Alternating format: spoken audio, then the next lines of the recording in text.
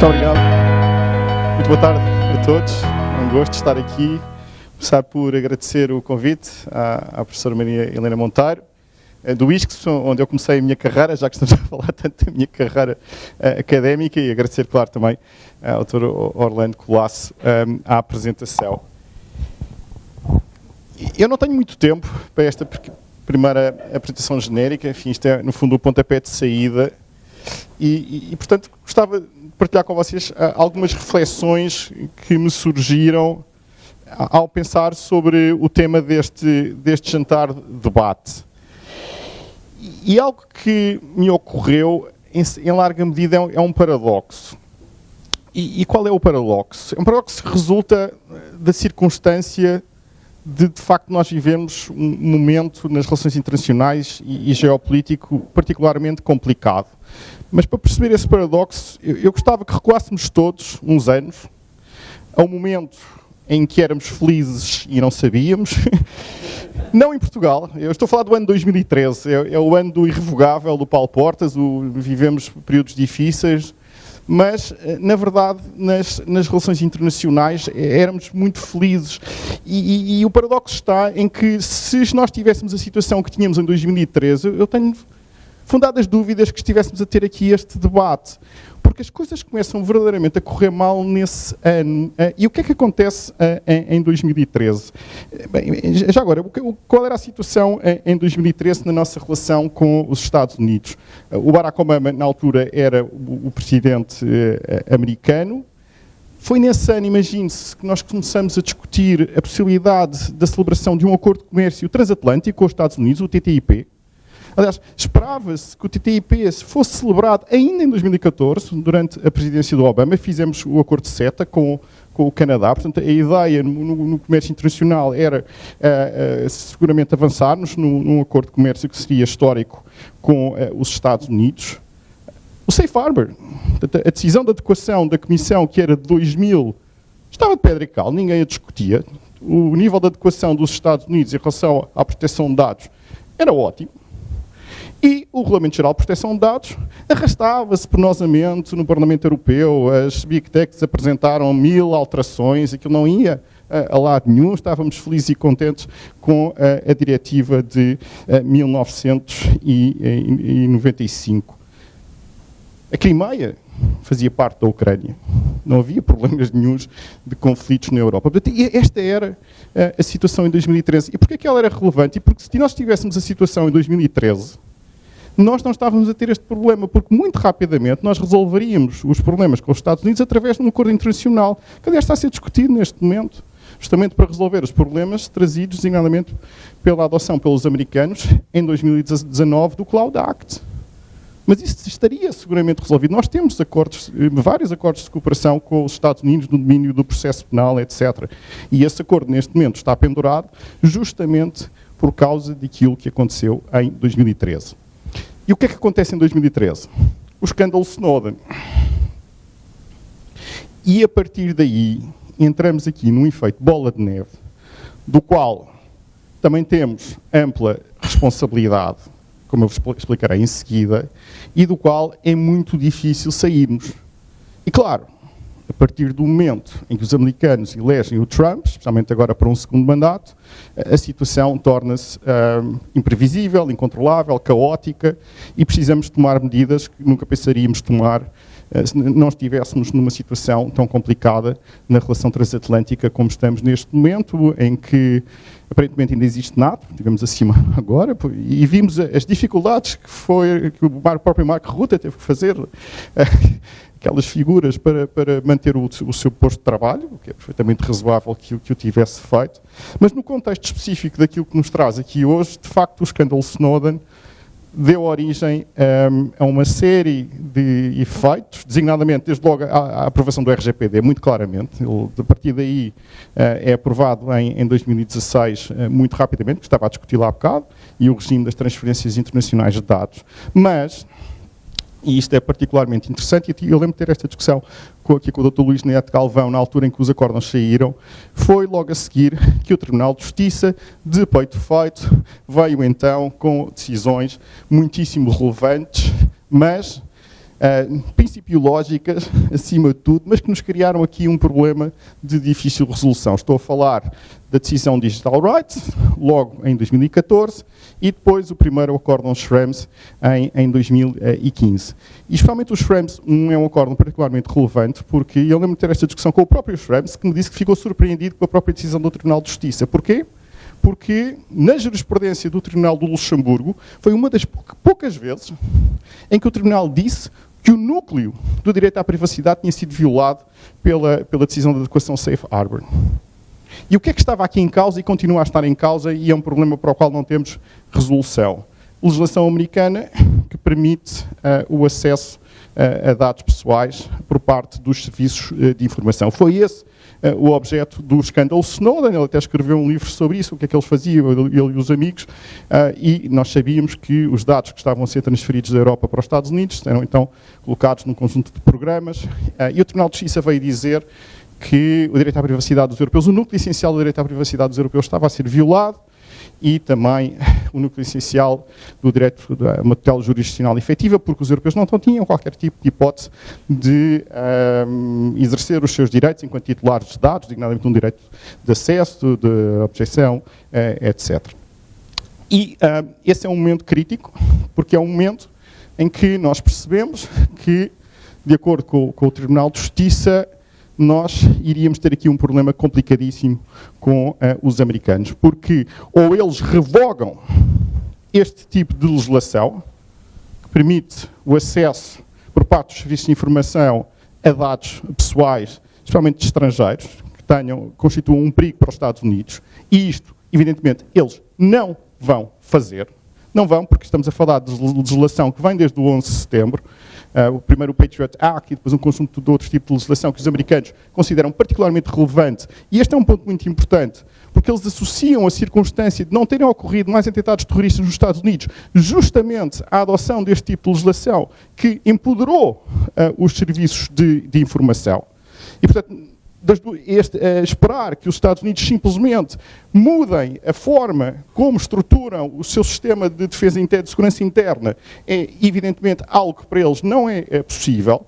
E, evidentemente, já vamos na terceira decisão de adequação, porque, entretanto, tivemos também uma segunda decisão do Tribunal de Justiça, o Acórdão Schrems 2, que fez cair o Privacy Shield, que era a decisão de adequação que foi adotada a seguir ao Safe Harbor, e agora temos a terceira, a decisão de adequação, e, enfim, muito dificilmente isto passará no crivo do Tribunal de Justiça. Estou a falar dos casos Schrems, mas podíamos ter começado pelos casos de Digital Rights, porque o Digital Rights, o que é que estava aqui em causa, mais uma vez, legislação europeia, adotada a seguir um conjunto de atentados terroristas, de 2013 e 2004, foi a legislação europeia que foi aprovada mais rapidamente, em cerca de 6 meses, para o padrão europeu, isto é a mesma coisa que vocês correrem os 100 metros em 10 segundos, uma coisa absolutamente inacreditável, foi uma diretiva aprovada em 6 meses, praticamente sem discussão nenhuma, e que esteve em aplicação aqui em Portugal até 2021, até ao Tribunal Constitucional se ter declarado a inconstitucionalidade de uma lei que já não era aplicável há muitos anos, há 7 anos, mas que ainda assim o Ministério Público alegremente aplicava e mandava pessoas para a prisão, etc.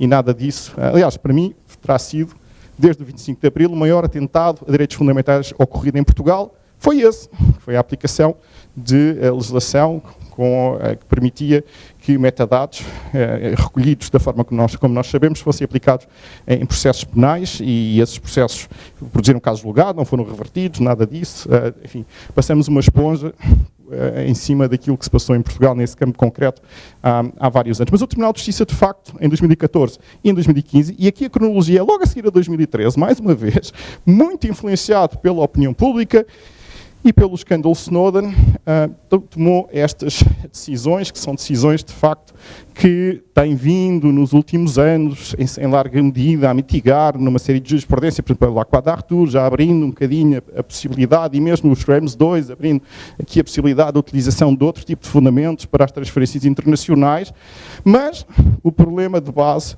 Está lá.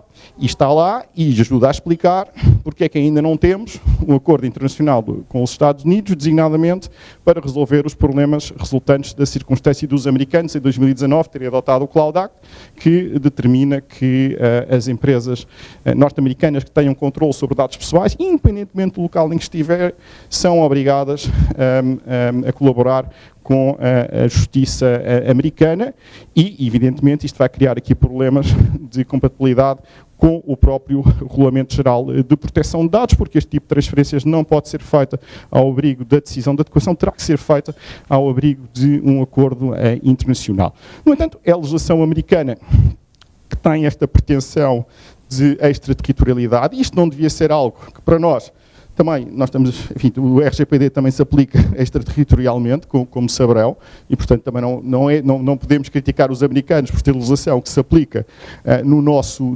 território e ficar muito aborrecidos com os americanos, considerar que isso é uma violação das regras de direito internacional, quando o nosso próprio Regulamento Geral de Proteção de Dados também se aplica a responsáveis pelo tratamento que tratem dados pessoais de titulares que se encontram na União Europeia e que pretendam vender cá bens ou serviços ou controlar o comportamento desses titulares, é o artigo 3º, salvo erro, número 2, do próprio Regulamento Geral de Proteção de Dados. Portanto, já conhecemos bem as capacidades de aplicação extraterritorial do Regulamento Geral de Proteção de Dados e, evidentemente, temos aqui um problema de aplicação extraterritorial do próprio Cloud Act, que depois nos vai trazer, então, ao nosso tema de hoje, que é um tema complicado, especialmente neste contexto em que nós vivemos agora. Eu consigo perceber muito bem a perspectiva dos americanos. Percebo também a posição que nós temos, de princípio, destas decisões que foram tomadas pelo Tribunal de Justiça, pelo Tribunal Constitucional Português. Aliás, esta decisão do Tribunal Constitucional Português de 2021, a lei dos metadados, ela é considerada inconstitucional por duas razões, e uma delas é porque ela não obrigava a conservação dos dados, metadados, em Portugal, e a outra é porque não obrigava a notificação dos titulares dos dados e, portanto, muito claramente obriga à conservação em servidores na União Europeia, não em Portugal, na União Europeia, dos dados pessoais, para ficar sujeita à aplicação do próprio Regulamento Geral de Proteção de Dados. Mas eu dizia que eu compreendo estas decisões do Tribunal de Justiça, mas também compreendo a posição dos próprios Estados Unidos, porque se, por um lado, eles, no fundo, dizem que precisam este tipo de legislação por razões de segurança interna, na verdade, se nós olharmos para dentro, nós conseguimos perceber aqui na Europa, este tipo de legislação que nós criticamos nos Estados Unidos é o tipo de legislação que nós também temos e que está excluída do âmbito de aplicação do próprio Regulamento Geral de Proteção de Dados. Eu dou este exemplo, que eu creio que se lembrarão. Há 2 anos nós tivemos o Galamba Gate, não é? Lembram-se? Há 2 anos, parece que foi há mais tempo. Tivemos várias eleições legislativas no entretanto, mas o Galamba Gate, eu acho que foi um escândalo interessante a este propósito, porque aquilo que esteve ali em causa e foi muito discutido na altura foi a intervenção do SIS. E aquilo que muita gente disse, mas o SIS não serve para isto, não pode ir agora a um ministério buscar um computador, por muito problemático e segredo de Estado que estejam nesse computador. Aquilo que o SIS faz, e está na sua lei, é tratar dados. Certo? Era essa a discussão. O SIS não tem esse tipo de competências, não é uma polícia, um órgão de polícia como as outras. Ora, qual é que é o problema? Nós tivemos também uma longa jurisprudência no Tribunal Constitucional que chegou à conclusão, designadamente, que os serviços de informação não podiam ter acesso a metadados. Porquê? Porque a nossa Constituição diz que só pode ter lugar no contexto de um processo criminal. Portanto, nem sequer temos legislação que se aplique nesse domínio concreto. Mas muitos Estados-membros têm e aplicam, não é? E, portanto, no fundo, aquilo que nós estamos a dizer aos americanos é que não aceitamos que eles façam aquilo que os nossos serviços de informação fazem aos próprios cidadãos europeus, neste contexto concreto, porque estamos fora do âmbito de aplicação do direito europeu, entramos no âmbito de aplicação das Constituições Nacionais. E isto, obviamente, tem um nome, chama-se, é bastante hipócrita, não é? Certo? E, portanto, nós estamos aqui com um problema bastante complicado, que se agrava agora, e vamos então agora até 2025, pela situação que vivemos agora, que é, nós não sabemos muito bem se ainda temos uma aliança transatlântica, E, portanto, as condições para avançarmos para um acordo com os Estados Unidos neste domínio específico são nulas. E, portanto, não sabemos se temos um aliado, se temos um rival. E, portanto, nestas circunstâncias, evidentemente, nós não podemos aceitar que cloud, infraestruturas críticas, estejam sediadas, sejam operadas por empresas americanas ou estejam sediadas nos Estados Unidos. E isto é profundamente deprimente. Porquê? Porque em 2013 isto não seria um problema, é nosso aliado, não havia problema. Reparem, nós fizemos um outsourcing da nossa defesa na NATO durante 60 anos. Não tivemos problemas nenhuns de ter a Europa completamente indefesa nas mãos dos Estados Unidos porque confiávamos nos Estados Unidos. E, portanto, não seria um problema de ter as clouds. E outra coisa, no mundo da globalização, era isto que faria, obviamente, sentido. Onde é que a energia é mais barata? Na Europa ou nos Estados Unidos? Nos Estados Unidos, onde é que estão as infraestruturas todas criadas pelas Big Techs? Estão lá. Então agora vamos replicar na Europa aquilo que eles fazem lá de uma forma muito mais eficiente. Que sentido é que isso faria se estivéssemos a falar dos nossos aliados? De 60 anos que nos protegem, primeiro da União Soviética e até há pouco tempo da Rússia. Isso não faria qualquer sentido. Só que a 5 minutos, as circunstâncias mudaram radicalmente e obrigou-nos, tal como nos está a obrigar no domínio da defesa, a repensar tudo, designadamente o que estamos a fazer no domínio da soberania no contexto digital e da cloud. Porquê? Porque, evidentemente, temos um inclino na Casa Branca profundamente protecionista, profundamente nativista, sem qualquer tipo de escrúpulos, e, portanto, enfim, tocam os sinos a rebate na Europa, em vários domínios, e também neste domínio específico. E, portanto, é preciso começar, e já começamos a ter na Europa há vários anos, a discussão sobre como resolver este problema. Ou seja, resumindo, nós não podemos ter qualquer tipo de dependência dos americanos. É demasiado arriscado neste momento. Não podemos ter. Não podemos estar expostos aos Estados Unidos em nenhum domínio. Porquê? Por aquilo que temos visto e verificamos e observamos todas as semanas. Eles mudam bastante de opinião neste momento, é uma situação bastante caótica, mas muito claramente, eu não parece que o mundo volte atrás. Não vamos voltar a 2013. É altamente improvável que os americanos voltem a ter um presidente como Barack Obama e, portanto, o futuro das relações transatlânticas será um futuro, possivelmente, de alguma acrimónia. E, por isso, os Estados europeus, a meu ver, devem tomar medidas corajosas, como, por exemplo, aquela que tomou a Alemanha, que é criar, tanto quanto percebi, eles chamam-lhe o Bundescloud, portanto, uma nuvem totalmente autónoma, não dependente de tecnologia americana, para estar completamente isolada dos Estados Unidos. Nós, em Portugal, tanto quanto percebo, seguimos um modelo diferente. Eu chamo-lhe uma espécie de modelo Ciresp. Não conheço, não correu lá muito bem.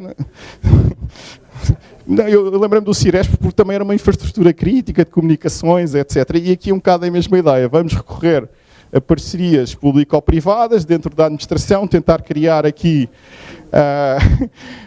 algum tipo de autonomia em relação aos Estados Unidos, tentando ficar um bocadinho fora também do âmbito de aplicação, designadamente deste tipo de legislação americana, como é o Cloud Act. Mas, enfim, como as coisas estão a evoluir, eu diria, pelo menos tanto quanto percebo, não sou um grande especialista, que este modelo, este investimento que os alemães tiveram é muito relevante. Agora, é preciso tomar decisões sobre exatamente o que é que são infraestruturas críticas e de soberania que têm que estar aqui sediadas especificamente, com software nacional e completamente isoladas de qualquer tipo de contacto com tecnologia de outros Estados, e designadamente Estados hostis, inclusivamente, neste momento, infelizmente, os Estados Unidos. Mas a questão é que nós estamos hoje a discutir aqui a cloud e soberania na cloud. A verdade é que a discussão neste momento com os americanos já é uma discussão ainda mais crítica com a inteligência artificial, que é uma discussão justamente por recursos. E porque é preciso construir essa infraestrutura, é preciso ter recursos para construir essa infraestrutura, não apenas financeiros, mas também outro tipo de recursos, e parece haver uma competição neste momento internacional justamente por acesso a esses mesmos recursos. E isso vai levar, muito provavelmente, a que sejam tomadas também decisões corajosas a nível europeu, porque evidentemente Portugal sozinho não tem capacidade de responder a este tipo de desafios tão problemáticos. E nessa competição por recursos, evidentemente, a nossa exposição, por exemplo, à China é um problema também, e virá a ser discutida muito provavelmente no futuro. Portanto, era isto no essencial. Tenho um minuto para que eu vos queria dizer daquilo que eu pensei, enfim, que talvez pudesse ser um pontapé de saída interessante para este tema. Muito obrigado.